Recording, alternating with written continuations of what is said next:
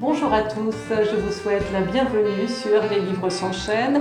Aujourd'hui, je vais vous parler de ma dernière lecture, Amanita de Julien Guerville, paru chez Calman Lévy. J'ai lu ce livre la semaine dernière, je me suis délectée à le lire, j'y ai passé du temps, c'est toujours très bon signe quand je passe du temps dans un livre.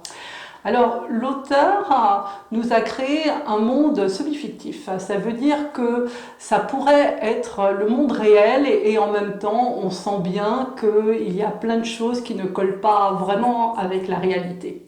C'est l'histoire de Calvin. Calvin travaille dans une usine d'hydrocarbures, une usine qui fabrique des produits dégueulasses. Il travaille de nuit dans cette usine. On est dans une ville complètement inventée par l'auteur, Progom. Et la ville ne tourne pas complètement autour de l'usine. C'est une ville qui, en même temps, est un peu dans le trou du cul du monde. On se croirait, je ne sais pas où, mais peut-être dans les Pyrénées ou dans l'Aveyron.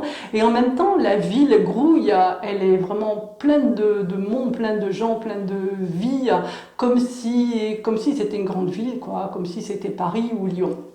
Donc Calvin travaille de nuit, l'usine elle fait quand même tourner pas mal de gens, il y a beaucoup de monde qui y travaille et les ouvriers qui travaillent dans cette usine habitent pour la plupart à un endroit qui a été créé pour eux.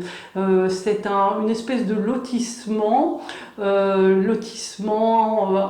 petit peu une espèce de bidonville amélioré en fait. C'est un lotissement de mobil-home et dans ce lotissement il y a la plupart des gens qui travaillent à l'usine et il y a aussi un endroit qui est un peu une espèce de café, bordel, de lieu où les ouvriers vont se poser après le boulot, ils jouent aux échecs, ils échangent, c'est un lieu social.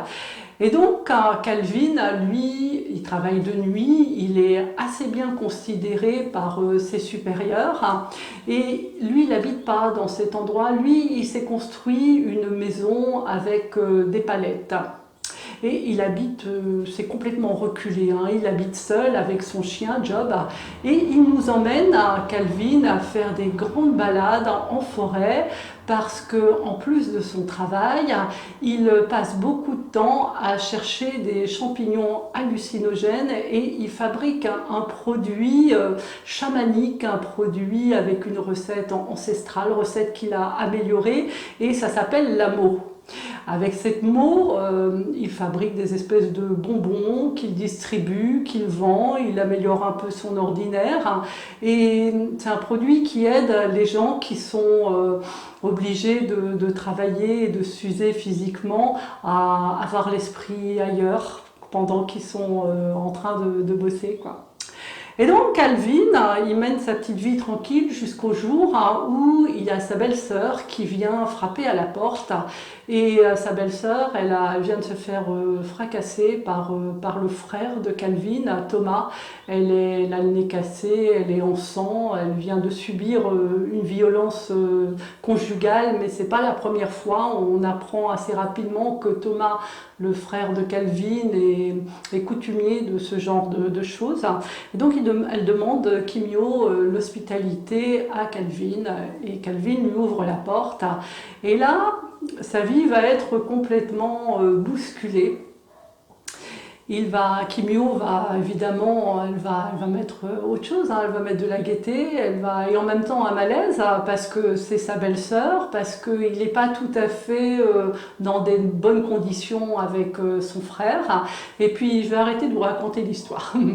Alors pourquoi j'ai aimé ce livre? J'ai aimé parce que déjà l'écriture, j'ai qualifié l'écriture de belle et sauvage.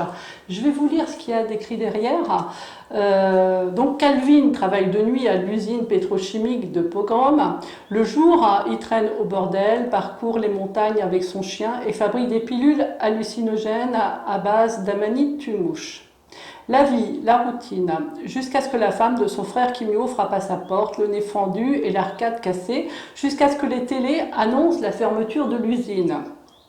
Un roman noir, social, terriblement actuel, porté par une plume aussi incisive que poétique.